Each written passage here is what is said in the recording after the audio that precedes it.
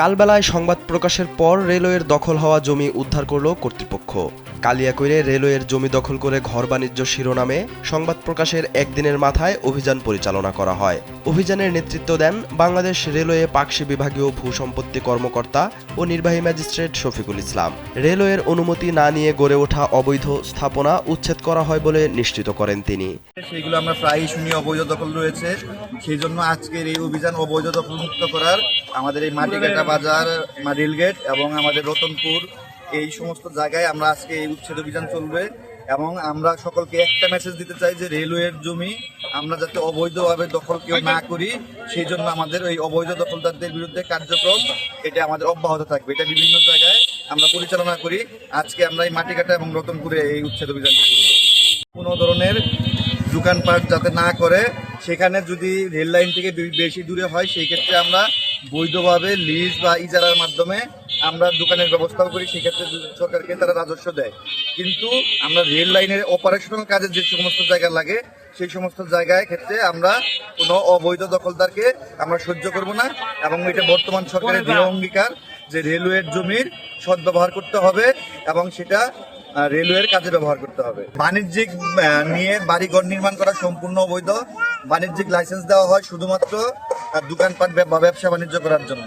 এবং আমাদের আরেকটার অবস্থান রয়েছে, আমরা কৃষিকাজের জন্য কৃষি জমি কৃষি লাইসেন্স দিয়ে থাকি। এবং এছাড়াও আমরা আমাদের যে জলাশয়গুলো রয়েছে সেই জলাশয়গুলোরও আমরা লাইসেন্স দিয়ে থাকি। কিন্তু ঘর বাড়ি নির্মাণ করা সেটি সম্পূর্ণ অবৈধ। এখানে যে স্থাপনাগুলোর কথা বলছেন আপনারা, লিজ রয়েছে, আমাদের ভূসম্পত্তি বিভাগের কর্মকর্তারা আছেন। এইসব স্থাপনার লিজ রয়েছে সেগুলো আমরা ভাঙছি, আর যেগুলো একেবারে অবৈধ সেগুলো আমরা ভাঙছি। আমাদের যেগুলো রেল লাইনের ক্ষতি করতেছে মূলত সেগুলোই ভাঙতেছি। আপনারা জানেন এখানে আমাদের 80 কিলোমিটার স্পিড, মাঝখানে এই বাজারের স্থাপনার কারণে রেল লাইনের আমাদের সমস্যা হয়েছিল। আমরা স্পিড কমিয়ে দিয়ে 60 করেছিলাম। 1 মাস হলো আমরা এখানে স্যালো স্পিডিংয়ের কাজ করেছি এবং মেকানিক্যাল টেম্পিং করেছি। পুনরায় আমরা এখানে 80 কিলোমিটার পার আওয়ারে স্পিড দিতে সক্ষম হয়েছি। আজকে বিভাগীয় ভূসম্পত্তি কর্মকর্তা পাকশি দপ্তর থেকে উচ্ছেদ প্রোগ্রামের আয়োজন করা হয়েছে। আমরা এখানে সবাই মিলে সহযোগিতা করছি উচ্ছেদ কার্যক্রমের জন্য। যেগুলো অবৈধ দোকানপাট বা বসতবাড়ি রয়েছে সে উপলক্ষে আজকে আমাদের শুরুটা হয়েছে মাটিকাটা লেভেল ক্রসিং গেট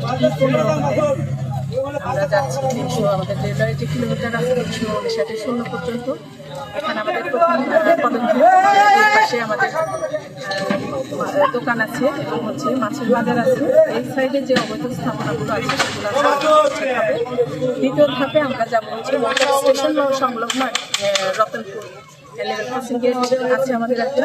সেই লেভেল ক্রসিং গেটের ওখানে আমাদের কিছু দোকানপাট অবৈধভাবে তৈরি হয়েছে, সেগুলো আমরা উচ্ছেদ কার্যক্রম করবো।